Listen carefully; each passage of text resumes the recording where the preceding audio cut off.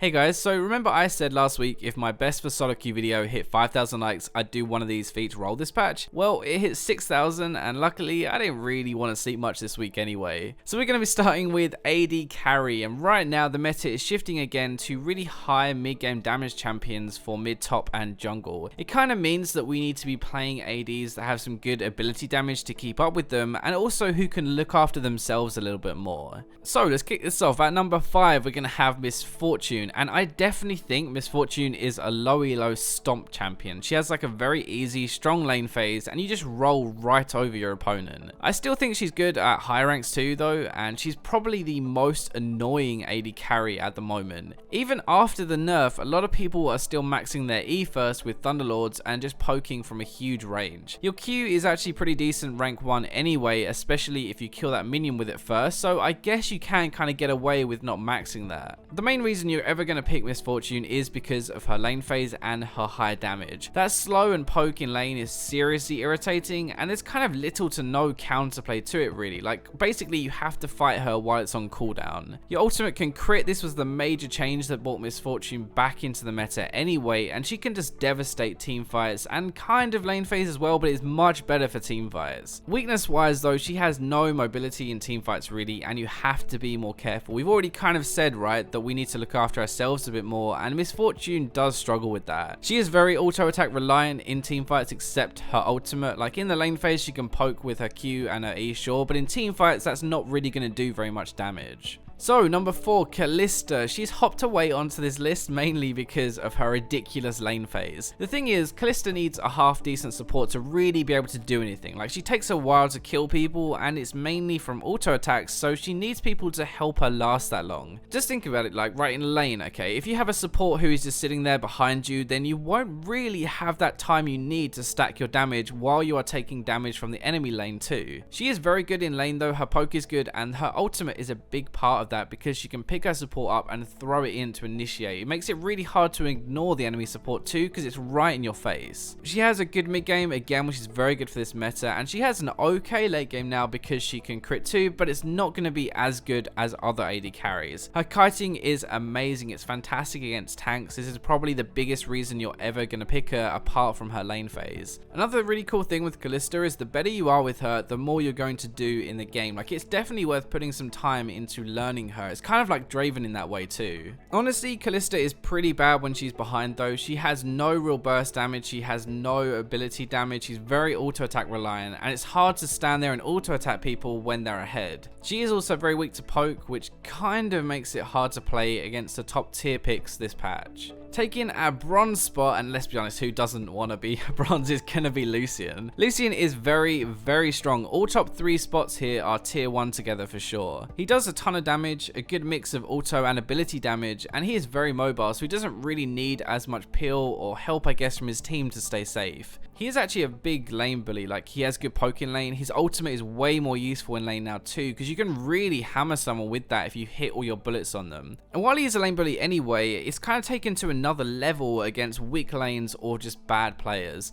Like you can dash in, you can Q them, you can do a ton of damage if you can go aggressive, and weak lanes or bad players can't really do anything to stop you. Even though he's really good in lane, he's actually still very good in the mid game and in the late game too. Like mid game his ability damage kind of carries, and late game the crits are going to really boost his damage. It's not all perfect though, right? He doesn't have as high burst as some others on this list, so when you're fighting someone you kind of get bursted too quickly sometimes. His poke also isn't very long range. In lane it's great because you can poke through minions, but in team fights you really need like an actual team fight to do anything. Poke comps are coming in more now and they do punish him pretty hard. The silver spot this time is going to belong to Ezreal. I know he's really strong at the moment, but he doesn't quite claim that number 1 spot. This guy is perfect for this meta, honestly. He kites everyone, so it doesn't really matter that they're high damage. They're never going to get in range to use it. He can peel for himself, he has really high damage, and a good mid-game spike. I am mainly talking about blue Ezreal here. Like other builds are definitely viable, but in this meta, blue is going to be king. Remember as well that most of your damage comes from your Q in this build, not your auto attack. So always always kite backwards and hit your Q rather than going head to head with the enemy AD. Your ultimate is actually pretty high damage even in the lane phase if it hits no minions. Remember that if it passes through minions first, it's going to do reduced damage, and you can actually get quite a few kills if you duck into the bush and ult first. He's very safe with his arcane shift, which makes his kiting even better. He's very long range, and he's really good mid to late game, which is kind of where the game is focused on now. There are kind of 3 reasons why he's not number 1 on this list, and the first one is that he's kind of weak in the lane phase, especially early. Like, you build a tier, you're building mana and mana regen, you're not building any damage. He also isn't the best versus tanks because he needs to be kiting, and yeah, sure, the tank will probably never get to you, but you're not really going to be killing them either. The last problem is he does need to poke before fights. Like, one of the best ways to beat Blue Ezreal is to engage right on top of him and force a fight before you've been poked down. He doesn't really have the ability to do a lot of sustained damage until late game, and that's kind of where most people are abusing him right now.